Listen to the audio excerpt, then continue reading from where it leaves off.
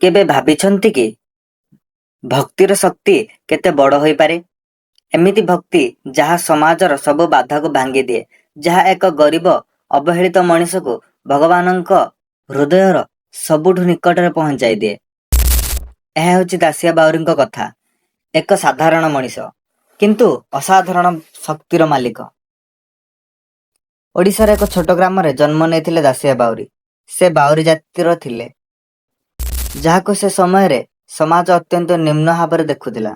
लोक माने सेमानकु छुईबाकु मध्य चाहु नथिले, किंतु दासियांक हृदय रे थिला अमाप भक्ति जगन्नाथंक प्रति। दासिया गरीब थिले, से निज जीवन चलैया पई छोट मोट काम करुथिले। जगन्नाथंक भक्ति रे लीन थिला। से केबे मध्य मंदिर को जाई पारु नथिले, कारण सेमानंकु मंदिर को प्रवेश नथिला। एक दिन दासिया बहुत भाबुथिले। से भाबिले मु भगवान को केमिति भोग देबी। से निज घरे एक नड़िया गछ लगाइले एवं कहिले एही गछर प्रथम नड़ियाटी मु भगवान को देबी। सेही नड़ियाटी हेउछि तांको समस्त संपत्तिर प्रतीक। से एहाको भगवान को देबाको चाहिले, किंतु समस्या थिला से निज मंदिर को जाई पारु नथिले। सेथिपाई से एक ब्राह्मण को अनुरोध कले, दयाकरी नड़ियाटी को जगन्नाथंक देवंक पाखरे पहुंचाई देबो। ब्राह्मण मन मन हसिले। से भाबिले एक निम्न जातिर मनीष भगवान को भोग केमिति देउछि। तथापि से नड़ियाटी को नहीं चली गले। से जेतेबेले श्रीमंदिर रे पहुंचिले, से मन भाबिले मु एहाको साधारण भोग सहित रखिदेबी। ब्राह्मण जेतेबेले भोग देउथिले, से देखिले जे भगवान को मूर्ति नड़ियाटी को ग्रहण करू नाही। से जेते चेष्टा कले मध्य सेही नड़िया अस्पर्श रहीगला। से आश्चर्य हेले।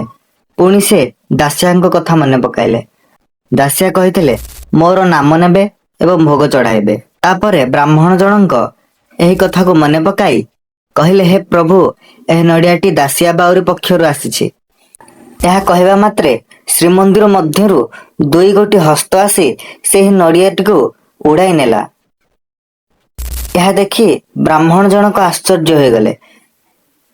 सेही मुहूर्त रे ब्राह्मण जनक बुझिले भगवान पाखरे जाति, धर्म, वर्ण, पद किछि माने नाही। से केवल भक्ति को देखंदी। एही घटना समस्तंको आश्चर्यचकित करिदेला। दासिया बाउरींक भक्ति समस्तंक मध्य प्रसिद्ध हैला। परे लोक माने बुझिले सत्य भक्ति कौनसी बाधा को माने नाही। एक शुद्ध हृदय रे भगवानंक ठारे निजे बास करंती। से केबे मध्य गर्व करि नथिले। तांको पई सबुठु बड़ संपत्ति हेउछि तांको भक्ति। से आमको एक बड़ शिक्षा देई गले। भगवानंको पाइबा पई बड़ धन किंबा संपदर आवश्यकता न थाए। आवश्यक हेउछि एक सफा मन एवं अतुट श्रद्धा। आज मध्य ओडिसा रे दासिया बाउरींक कथा लोकमानंको प्रेरणा देउछि। यह आमको शिखाए जेउठारे सत्य भक्ति रहे सेठारे भगवान निश्चय थांती। तेणु आमे कौन शिखिलु? जीवन रे जेतेबेले समस्या आसुछि, जदि आमर भक्ति एवं विश्वास दृढ़ रहे, तेबे भगवान सदा आम सहित रहिबे।